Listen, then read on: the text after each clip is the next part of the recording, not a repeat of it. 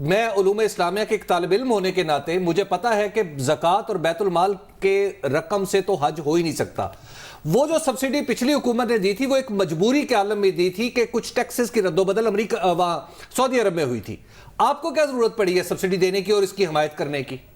جی میں آپ کو گزارش کروں، میری بھی آپ ہی کی طرح رائے ہے کہ یہ پبلک منی ہے، یہ زکوٰۃ اور بیت المال کا اس کا پیسہ نہیں ہے، یہ عشر زکوٰۃ اس طرح کا نہیں ہے، یہ پبلک منی ہے اور پبلک گرانٹ ہے.